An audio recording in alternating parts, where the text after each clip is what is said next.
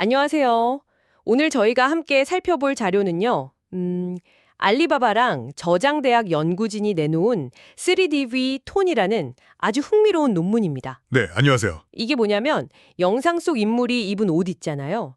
그걸 이제 원하는 다른 옷으로 아주 자연스럽게 바꿔주는 비디오 가상 피팅 기술에 대한 거예요.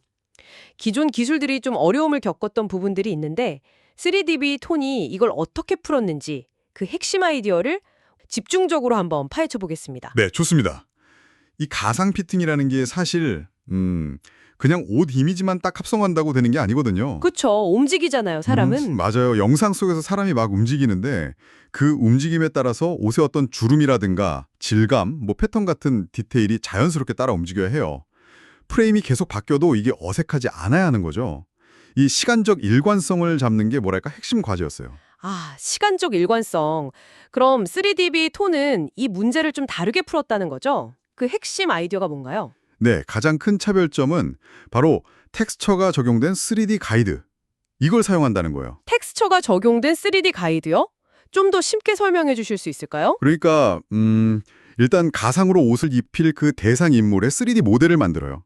근데 중요한 건 그냥 형태만 만드는 게 아니고 거기에 우리가 새로 입힐 옷의 실제 무늬, 질감, 그러니까 텍스처까지 완벽하게 입힌다는 거죠. 네네. 그리고 이 텍스처를 입힌 3D 모델을 원본 영상 속 인물이 움직이는 그 포즈 그대로 똑같이 따라 움직이도록 애니메이션을 만드는 겁니다. 아하.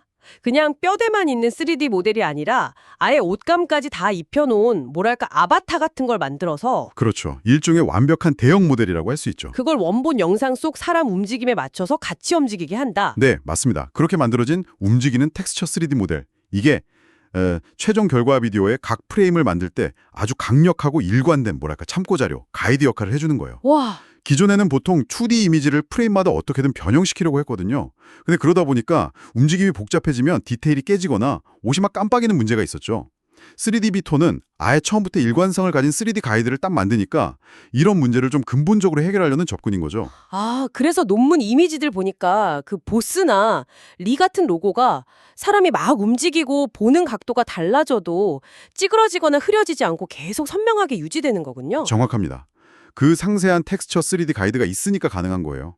옷의 복잡한 패턴이나 로고 같은 그런 디테일들이 움직임 속에서도 아주 안정적으로 유지가 되는 거죠. 특히 팔 같은 게 옷을 가리는 상황 있잖아요. 네, 오클루전 상황이요. 네, 그런 오클루전 상황에서도 이전 기술들보다 훨씬 자연스럽다고 하더라고요. 맞아요. 이전의 2D 워핑 방식은 특히 그런 가려짐에 좀 취약했거든요. 가려졌다가 다시 나타날 때 어색해지는 경우가 많았죠. 흥미롭네요. 근데 또 하나, 직사각형 마스킹 전략이라는 것도 있던데요. 이건 뭔가요? 원래 입던 옷 정보가 새어나오지 않게 하는 건가요? 네, 맞습니다. 아무리 3D 가이드가 좋아도 원본 영상에 원래 입고 있던 옷의 색깔이나 형태 같은 정보가 남아있잖아요. 그쵸. 이게 최종 결과물에 미묘하게 영향을 줄 수가 있어요. 그래서 옷 영역 주변을 이렇게 사각형 마스크로 딱 감싸서 원본 옷 픽셀 정보의 영향을 차단하는 거죠. 동시에 이제 새로 입힐 옷 이미지랑 1차적으로 생성된 가상 피팅 이미지를 참조해서 최대한 자연스럽게 합성하는 거고요. 일종의 오염 방지턱 역할을 한다고 보시면 됩니다. 오, 정말 여러 단계로 완성도를 높였네요. 그래서 성능은 좀 어떤가요? 기존의 최신 기술들, VVD나 캣핏2, 톤 같은 것들과 비교했을 때 확실히 나은 점이 있나요? 네, 논문에서는 그렇게 주장하고 있습니다. 특히 좀 복잡한 춤 동작이라든가 옷 종류가 아주 다양하거나 아니면 예측하기 어려운 야외 배경 같은 좀 까다로운 조건에서요. 그런 조건들에서 기존 기술들보다 시각적인 품질이나 그 시간적 일관성 면에서 더 우수하다 이렇게 강조하고 있습니다. 근거도 있겠죠. 네, 그걸 증명하려고 자체적으로 고해상도 비디오 벤치마크 데이터셋을 구축했어요. HRVVT라고 부르는데 여기서 이제 정량적인 성능 비교 결과를 보여줬고요. 또 실제 사용자들한테 어떤 결과가 더 자연스러워 보이냐 이렇게 물어보는 사용자 선호도 조사도 진행했는데 거기서도 좋은 평가를 받았다고 합니다. 그렇군요. 결과 자체는 상당히 인상적인데요. 혹시 논문에서 언급한 한계점이나 아직 좀 해결해야 할 과제 같은 건 없었나요? 예를 들어 엄청 헐렁한 옷이라든지 아니면 속이 비치는 시스루 같은 옷은 어떨지 궁금하네요. 논문에서는 주로 이 텍스처 3D 가이드 방식의 장점을 부각하는 데 좀 더 집중하고 있는 것 같아요. 아, 강점을 위주로? 네. 사용자 평가 결과에서도 특히 그 옷의 디테일 재현, 그러니까 충실도 측면하고 움직임의 자연스러움, 일관성 측면에서 높은 점수를 받았다는 점을 강조하고 있고요. 물론 세상의 모든 종류의 옷이나 정말 극한의 움직임까지 완벽하게 처리한다고 보기는 아직 어렵겠죠.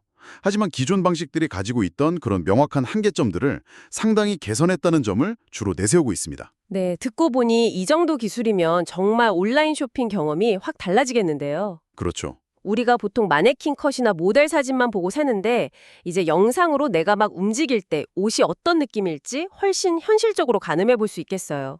맞습니다. 온라인 쇼핑을 혁신할 잠재력이 아주 크다고 봐요. 그리고 그뿐만 아니라 영화나 게임 제작할 때도 유용하겠죠.